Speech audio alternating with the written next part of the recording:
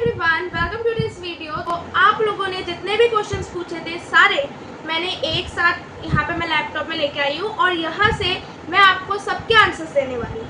अगर किसी का आंसर छूट जाता है तो इसी वीडियो के कमेंट्स में आप लिख सकते हो, मैं आंसर दे दूँगी नेक्स्ट वीडियो में। क्योंकि एक्चुअली में होता क्या है कि इतना सब कुछ लिखना पॉसिबल नहीं होता, ठीक है, बताना ईजी होता है। इसलिए मैंने सोचा है कि आपके जितने भी क्वेश्चंस होंगे उसको मैं एक साथ लेके एक वीडियो में जो है एक्सप्लेन कर दूँगी।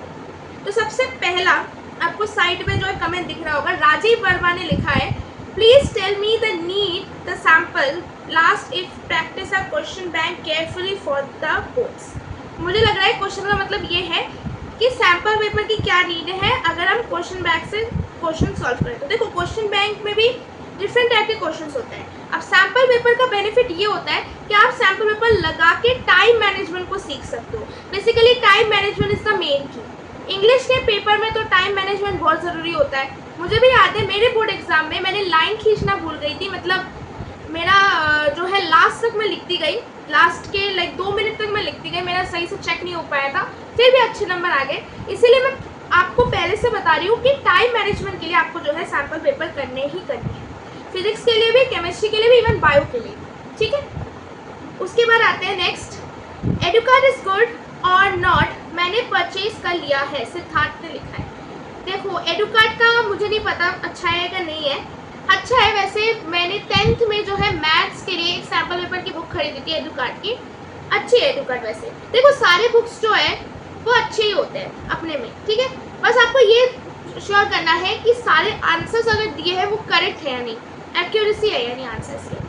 अब एडुकार्ड का मुझे पता नहीं है वैसे कैसा बुक है, ठीक है, तो सॉरी मैं इसका आंसर नहीं दे पाई। लेकिन हाँ, अगर आपने परचेज कर लिया है तो ज़रूर उसको सॉल्व करिएगा, ऐसे परचेज करके रख मत देना सजा के कि बाद में जो है सॉल्व करेंगे, ठीक है। पीहू ने लिखा है, I am studying for boards right now, what extra should I do for CUET और when should I start preparing for it PCM student. ठीक है, आप बोर्ड्स के लिए प्रिपेयर कर रहे हो, वेरी गुड। बोर्ड्स के लिए जब प्रिपेयर करोगे तो एक साथ आपका CUET भी हो जाएगा, क्योंकि CUET में कुछ एक्स्ट्रा नहीं है, बस एक तो टॉपिक हो सकता है एक्स्ट्रा, वो भी हटा दिया जाए नेक्स्ट आपके सेशन में। CUET का सिलेबस बोर्ड के सिलेबस को रिजेंबल करता है, सेम टू सेम सिलेबस है, कोई डिलीटेड पोर्शन नहीं पढ़ना।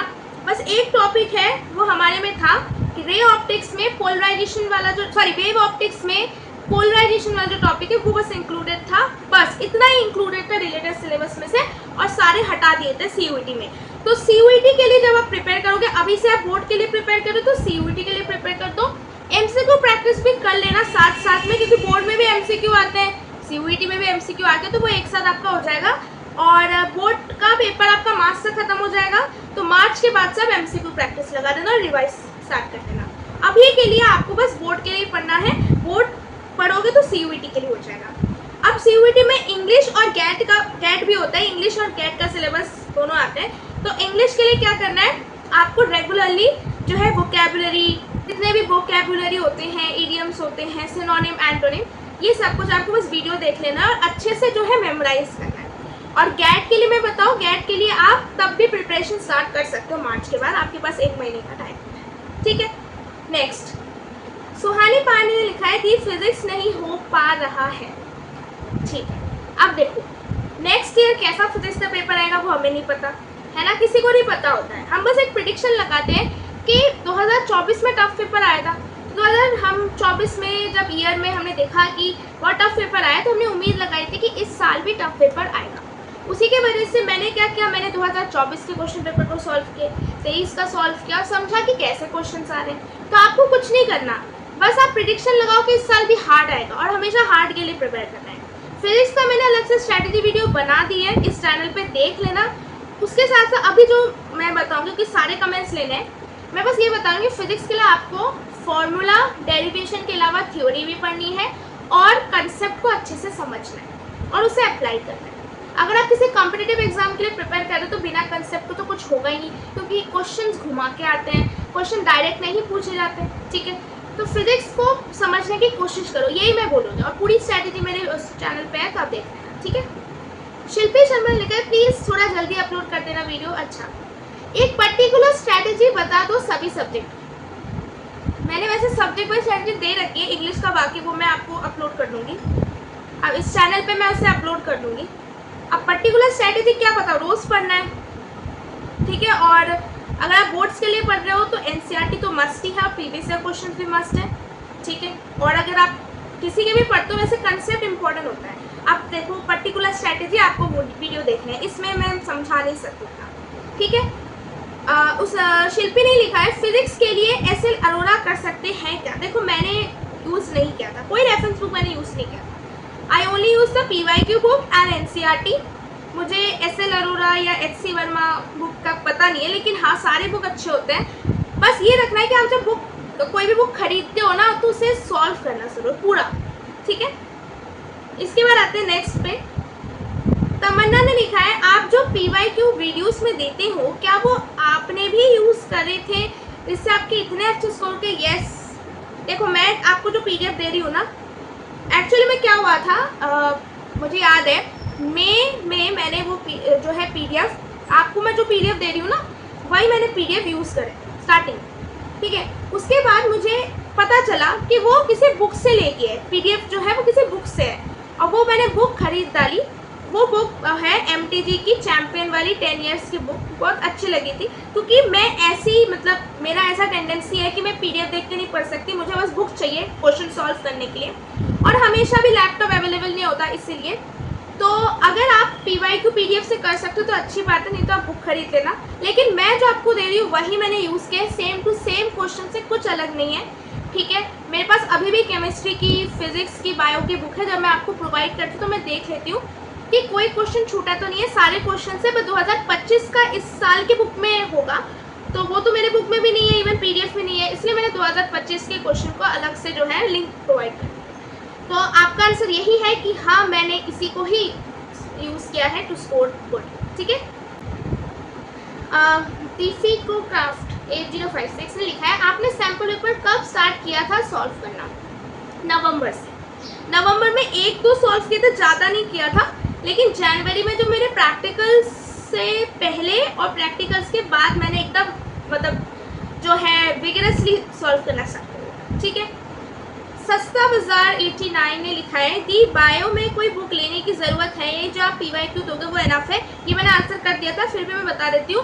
बायो के लिए बस आपको एनसीईआरटी ही बार बार रिवाइज करना है, पढ़ना है, समझना है। और प्रीवियस क्वेश्चन जो मैं दे रही हूँ वही सेम क्वेश्चन मैंने भी किया है, मेरे बुक में भी है। अगर आप बुक खरीद सकते हो तो खरीदो, लेकिन अगर आपको कोई प्रॉब्लम नहीं है पीडीएफ से पढ़ने के लिए तो जो मैं आपको प्रीवियस क्वेश्चन दे रही हूँ वो करना है। मेन कंसेप्ट ये है कि जितने भी आप क्वेश्चन सॉल्व करोगे ना, इससे कोई गारंटी नहीं होता कि आपके अच्छे मार्क्स आएंगे। आपका मेन कंसेप्ट समझना चाहिए, और कंसेप्ट को कहाँ पे अप्लाई कर रहे हो इसके लिए हम प्रीवियस क्वेश्चन यूज़ करते हैं या क्वेश्चन यूज़ करते हैं कि हमें पता चल जाए कि कहाँ कौन सा कंसेप्ट लगाना है, ठीक है। अच्छा चलिए, उसके बाद तमन्ना ने लिखा है प्लीज़ अपने notes provide of PCB plus English कर दो हम सबको। अच्छा ठीक है, नोट्स के लिए सच में बताऊँ मेरे नोट्स अधूरे पड़े हैं 12th के। एक्चुअली में हुआ क्या था, बायो के सब चैप्टर के नोट्स मेरे पास नहीं है क्योंकि मैं एनसीईआरटी से ही पढ़ती थी मोस्ट और ज़्यादा, और जो प्रीवियस ईयर के क्वेश्चन थे वो मैं वर्बली जो है डिस्कस करती हूँ। तो मेरा रिटर्न बहुत कम चैप्टर्स का है, जैसे मेरे पास पहले के 2 चैप्टर्स के हैं, पहले का नहीं है, सेक्सुअल रिप्रोडक्शन फ्लावरिंग प्लांट्स का नहीं है, सेकंड का है, ठीक है। मतलब बहुत कम नोट्स मेरे पास है। पीसीबी फिजिक्स केमिस्ट्री बायो का, हाँ फिजिक्स केमिस्ट्री के मेरे शॉर्ट नोट्स प्रेजेंट है, वो मैं आपको प्रोवाइड कर दूंगी। और इंग्लिश का वैसे मैंने कुछ अलग से बनाया नहीं है नोट्स, हमारे जो हमारी जो स्कूल की जो नोटबुक थी उसी में ही लिखती थी वैसे, नहीं तो मैं आपको इंग्लिश के प्रोवाइड कर दूंगी जहाँ से मैंने क्वेश्चन आंसर्स पढ़े थे और समरी वगैरह जो पढ़ी थी, वो मैं खींच रही हूँ अभी फ़ोटो उस बुक की, तो मैं आपको वो प्रोवाइड कर दूँगी, ठीक है। और नोट्स मैं ट्राई करूँगी फिजिक्स केमिस्ट्री के देने के लिए, बायो का अच्छे से बनाएंगे, ओके। अच्छा अब ये लेटेस्ट है, सस्ता बाजार ने फिर से लिखा है दी अगर ऑर्गेनिक केमिस्ट्री में पंकज सर का लेक्चर्स करने के बाद अच्छे से हम टीवी से क्वेश्चन करें तो क्या वो केमिस्ट्री के लिए एनफ, और साथ भरत पंचाल सर बुक से क्वेश्चन करें तो अच्छा। पंकज सर अच्छा पढ़ाते हैं भाई, बहुत अच्छा पढ़ाते हैं, वो थोड़े डीप में चले जाते हैं, तो बोर्ड के लिए इतना डीप में जाने की ज़रूरत नहीं है। अगर आप बोर्ड के लिए प्रिपेयर कर रहे हो तो आपको हाँ पंकज सर के लेक्चर्स देखो, मैंने भी देखे, मेरे भी नोट्स पढ़े हुए हैं। उसके साथ साथ ऑर्गेनिक केमिस्ट्री में प्रीवियस ईयर क्वेश्चंस करना जरूरी है, और प्रीवियस ईयर क्वेश्चंस का एक पैटर्न होता है, वो आप आइडेंटिफाई करो तो आपको समझ में आ जाएगा कैसे क्वेश्चंस आते हैं। तो ऑर्गेनिक के लिए मैंने वैसे वीडियो में बता रखा है कि प्रीवियस ईयर क्वेश्चंस तो करना ही है, और साथ में मेरे पास अभी बुक नहीं है। साथ में क्या है कि बुक में ना ऑर्गेनिक केमिस्ट्री में क्वेश्चंस लिख देना, तो रीजनिंग वाले क्वेश्चंस होते हैं, ठीक है। तो आप हाँ प्रीवियस ईयर क्वेश्चन करोगे, अच्छे से कंसेप्ट समझ में आएगा, रिएक्शन आ जाएगा, पंकज सर के लेक्चर से सब कुछ समझ में आ जाता है, तो अच्छी बात है। और भरत पंचाल सर का मुझे पता नहीं है वो कैसे पढ़ाते हैं, उनकी बुक कैसी, क्योंकि मैंने यूज़ नहीं किया है, तो मैं कोई रिव्यू मतलब मेरे पास कोई रिव्यू है ही नहीं देने के लिए, ठीक है। तो मैंने बस पंकज सर से पढ़ा था, तो मैंने ये बता दिया, ठीक है। अच्छा, इसके बाद अंशिका पांडे ने लिखा है, दीदी मैं 12th में हूँ, मेरे 11th ज़्यादा अच्छा नहीं है, मैं लक्ष्य जेई बैच लिया है, स्कूल डमी है, क्या 11 मैनेज हो सकती है 12th के साथ? देखो आप जेई वालों का तो जनवरी में पेपर होता है, तो उनको तो और ज़्यादा प्रिपरेशन अच्छे से करनी है पहले से। हाँ 12 आप डमी स्कूल में हो तो ठीक है, 12 के रोज़ ज़रूर लेक्चर देखो, और लक्ष्य के लेक्चर 4 बजे से 8 बजे होते हैं, तो सुबह का टाइम तो आपके पास खाली होता है, सुबह के टाइम में 11th रिवाइज करो और 12th स्टार्ट करो, ठीक है। 11th का रिविजन करना है, 11th फिर से दोबारा नहीं पढ़नी। अगर आपकी 11th अच्छी नहीं है तो दोबारा पढ़ सकते हो, वैसे हाँ अच्छी नहीं है लिखा है ना, ठीक है। तो 11 को बस रिवाइज करना है और MCQ ही मेन जो है मेन मोटिव रखना है क्वेश्चन प्रैक्टिस का। बस इतने मेरे पास क्वेश्चन आए थे, और मैंने इंस्टाग्राम की लिंक हटा दी है क्योंकि कुछ प्रॉब्लम हो गया है, तो आप लोग इंस्टाग्राम में मत मैसेज करना, आप मुझे इस पर मैसेज करना, मैं अलग वीडियो करके सब कुछ सॉल्व कर दूँगी, ठीक है। तो मेन मोटिव यही रहा कि सब बच्चों ने पूछा है कैसे मैनेज करना है ना, तो उसके लिए वीडियो मैंने दे रखा है, और भी क्वेश्चन पूछे तो पूछ लो। और अभी हो सकता है कि मेरा जो वीडियो देने का टेंडेंसी फ्रीक्वेंसी वो कम हो जाए, क्योंकि मैं थोड़ी बिजी चल रही हूँ कुछ दिनों से। इंग्लिश का वीडियो आ जाएगा, इंग्लिश की स्ट्रैटेजी वीडियो, इंग्लिश की आंसर राइटिंग वीडियो, और मैं एक नया वीडियो डालूंगी आप लोगों के लिए, मैं अपने नोट्स दिखाऊंगी, स्कूल के नोट्स मैं कैसे बनाती थी, और साथ साथ में मैंने सैम्पल पेपर कैसे सॉल्व किया था, ठीक है। तो सब कुछ मैं एकदम वीडियो बना लूँगी। और भी क्वेश्चन है कमेंट में लिखो, और अभी के अभी आप लोग सब्सक्राइब कर दो, जो जिन्होंने सब्सक्राइब नहीं किया, और जिन्होंने सब्सक्राइब किया है उनको मैं थैंक यू बताना चाहती हूँ कि इतने कम दिनों में बहुत ज़्यादा प्रोग्रेस हुआ है इस चैनल का, और मेरा भी आशा नहीं था कि मैं इतने रीच ले पाऊँगी। Even if of 82 subscribers I am very happy. और जिन्होंने सब्सक्राइब नहीं किया था वो भी कर लो, क्योंकि आपको यहाँ पे एकदम ऑनेस्ट अनफिल्टर्ड सब कुछ मिलने वाला है, ठीक है, और ताज़ा मिलने वाला है, क्योंकि अभी अभी मैंने 12th पास किया, तो मुझे सब कुछ थोड़ा थोड़ा आइडिया लगने लगा है, ठीक है। So thank you everyone. फिर से बता रही हूँ, और भी कुछ कमेंट्स है तो इस वीडियो के कमेंट में बता देना, एक और वीडियो डाल के मैं सब कुछ आंसर करूँगी। So thank you everyone for watching this video, and please like this video and share with your friends.